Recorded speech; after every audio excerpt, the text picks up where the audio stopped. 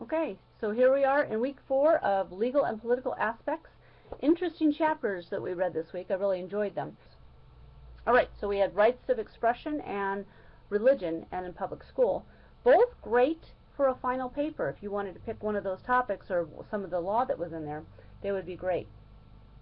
Interesting that K-12 teachers have very little academic freedom. I know that teachers always say, oh, we have academic freedom. No, you really don't in elementary school or secondary school. It's really for college professors.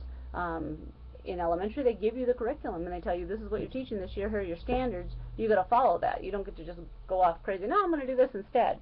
You have to follow what the district says are the standards for your grade level or the course study if you're teaching in secondary. I thought the part on electronic devices, starting on page 234, was very interesting because, you know, in today's school, you're not going to see a whole lot of armbands or political buttons until we get to a political season. But you are going to have a lot of trouble with electronic devices of kids recording things and saying mean things or setting up a false Facebook page and trying to be mean to another child. And remember that you've got to show that the blog or the video or whatever it was going, that the child knew it was going to be seen on campus, which is easy because they have their friends and they forward it to their friends. If any of those friends are on campus, you have proof of that, which is easy to prove with kids today. And it had to be a material disruption or substantial interference with an individual. So if there are a lot of kids talking about it on campus and it's disrupting the classroom, you have a good case for a suspension or an expulsion if it continues to go on. If it's bullying, there's some very strong laws now about bullying, including cyberbullying, that you can cite and get the kids some help. I also like locus parentis, which is something I would quote to parents sometimes. I'm like, you're not my kid's parent. You can't make those decisions for them. I said, well, actually, I can. On campus, I'm supposed to be treating them as if they're my child and keeping them as safe and making sure that they follow rules, just like a parent would at home. You have the legal right to do that. Now, it doesn't mean you have the legal right to paddle somebody or speak very sharply to them, like you might do to your own children, but you've got to make sure that the kid is in control and following the rules at campus. So you have that right. Dress codes in California are opt-out. So teachers always get mad when they have a dress code. Like, how come that kid over there is not following the dress code, and how come he gets to do this, and everybody else is following this? Well, because they have the legal right to opt out. As a principal, you can give rewards for kids who are following dress code or mention their name on the announcement or give clothes to kids that are from very poor families to help them out. But you can't make anybody follow a dress code in California.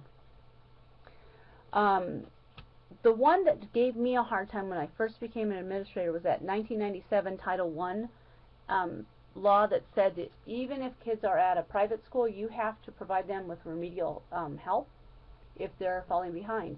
Which when I first came, I thought, oh my gosh, how could we do that? That's a violation of church and state, because we have a Catholic school that we service. And they said, no, it's a law. We have to do it or we lose Title I. But, oh, okay, well, we want to keep Title I. That's important to us. We don't want to have that go away. The other one in religion that a lot of people are confused about is that prayer in school.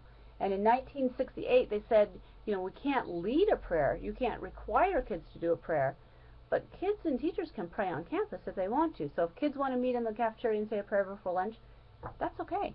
They want to meet by the flagpole before school and say prayers, that's okay. And a teacher can say a prayer in school as long as it's a personal prayer to themselves and they're not, you know, overly demonstrating it in class. Also, I've heard people say that, oh, teachers can't wear a cross or they can't wear any kind of religious symbols, and that's not true. Of course you can. You can wear something that's discreet. Now, you're not going to wear a big flashing cross on your blazer, and you're not going to have a crucifix on your wall, but you can wear a gold cross if you wanted to, or you could wear rosary beads if you wanted to, or a Star of David, or whatever your religion is. You can wear that on campus. You can't tell kids about it unless they ask you. If they say, what's that around your neck, then you can explain it to them, because they asked. They initiated the conversation.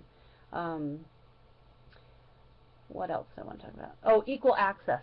That equal access on campus, that you cannot deny people the use of your facilities, is important.